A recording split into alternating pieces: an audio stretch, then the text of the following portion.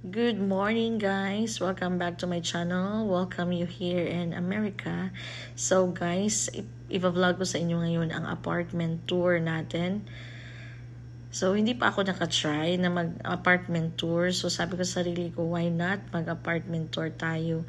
Para makita nyo naman yung buhay, simpleng buhay ko dito sa Amerika. So, yan nakikita nyo yan, guys. Yan yung parking area na may fee. So, ito yung ating parking area na free. So, ito yung nakikita nyo yan, guys. Yan yung building ko. Nasa second floor ako nakastay. So, bale, yung building na yan, may 2 room, each of the apartment. So, yan, papasok tayo, papunta sa ating apartment. And then, papakita ko sa inyo ang loob ng aking simpleng tahanan, munting tahanan. Yan yung ating paligid ngayon. It's sunny day today, so maganda yung ating araw ng Sabado. So ito guys, ito yung hagdanan. Stairs to heaven, yet charot. Stairs to my apartment. So nasa second floor tayo kasi mas pinili natin dito kasi mas safe. Pag medyo malamig, may snow, at least safe tayo sa baba. So, pag meron namang init masyado, safe pa rin. Kasi kung third floor ka, parang lahat ng mga klima na masyadong sobrang lamig at sobrang init, mafe-feel mo talaga. So, nakikita nyo yung swimming pool dyan. Nasa gitna ng aming apartment, may swimming pool. Dito naman, dito tayo. Ito yung aking apartment. So, by the number 1227, so, buksan natin guys. Yun yung aking key. Noon, hindi ko alam paano buksan ito kasi masyado kailangan mong timing. Ita-timing talaga. Pero ngayon, wow, expert na ang inyuhang Inday. Ito guys, pagpasok mo, bubungad talaga sa'yo yung kitchen. Yung kitchen ko, yung island kitchen, meron tayo. Kasi dito sa Amerika, island kitchen eh. O hindi katulad sa Pilipinas na talagang kitchen na kitchen. So, yan. Pasensya sa mga hugasin or hindi. Hindi yan hugasin. Katatapos ko lang maghugas.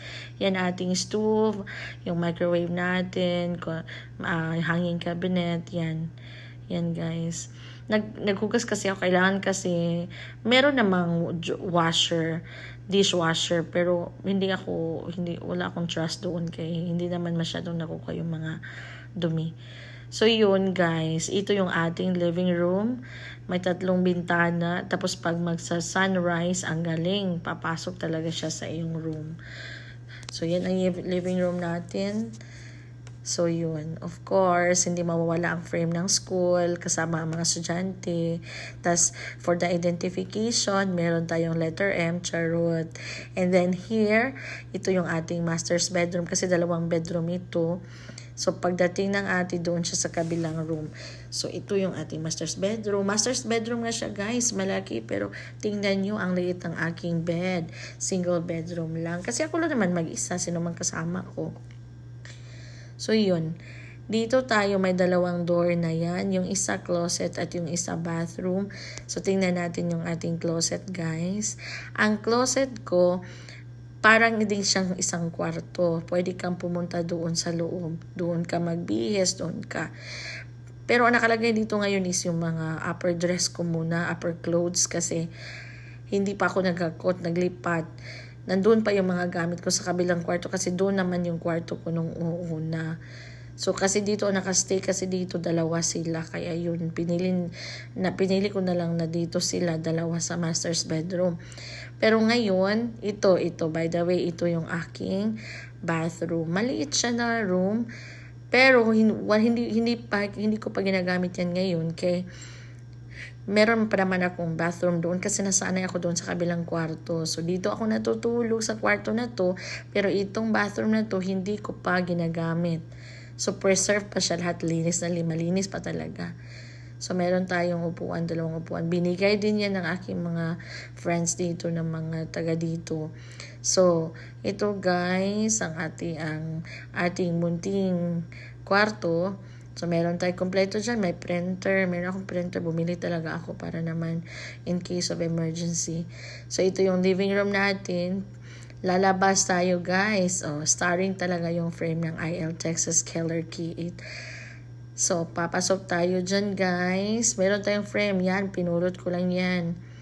So, dito, balcony yan. Balcony, balcony sa taas. Yan, ito yung aking balcony, kaso isang chair lang naman.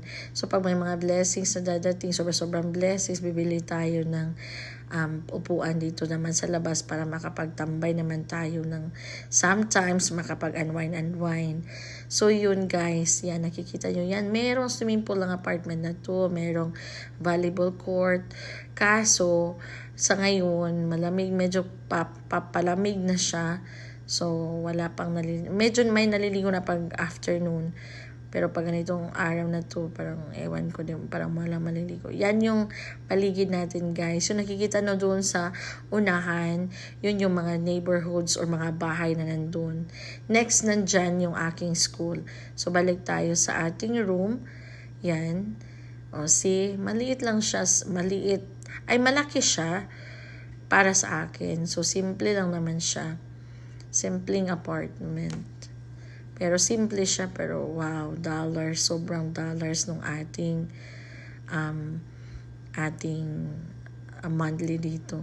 So, punta tayo sa second room, in which para ito kay ate, pag dumating siya, pasensya kayo sa makalat kasi ginawa ko, for the meantime, ginawa ko siyang storage room. So, makikita nyo naman, yan, yung may door na yun, yung closet ko, nandun pa yung mga gamit ko. Hindi ko pa siya nilipat sa kabila. Pero by that time, pag nandiyan na si ate, ililipat ko na siya. Meron dito isang door din. Ito yung gusto ko dito kasi malaki yung bathroom niya. Malaki yung bathroom. May bata, pasintabi doon sa may nakita kayong ewan. So yun. Ito. Nandito pa yung mga gamit ko, mga alahas ko. Excuse me, alahas. Hello. Pero, yung meron akong dantun yung mga relos, yung mga singsing, yun lang ba. Tapos, dito tayo sa ating closet. Maliit siya, pero okay naman. I-hanger mo lang. Then, next guys, papakita ko sa inyo yung aking collection of shoes. Ang dami ko na talagang shoes.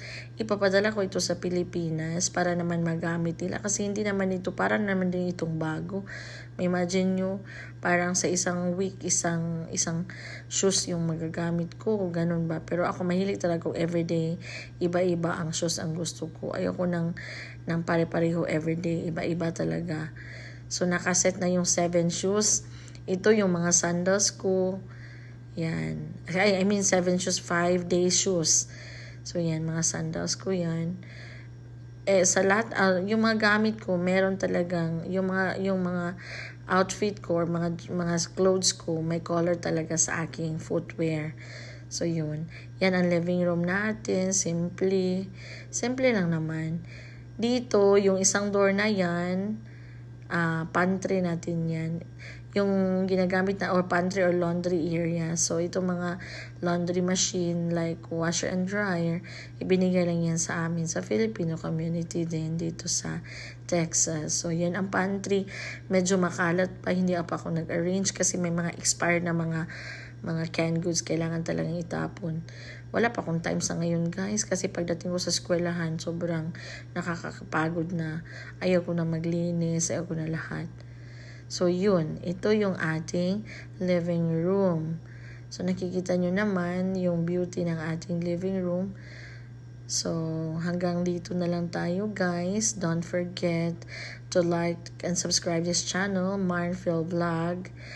Have a good day and thank you for watching. Bye!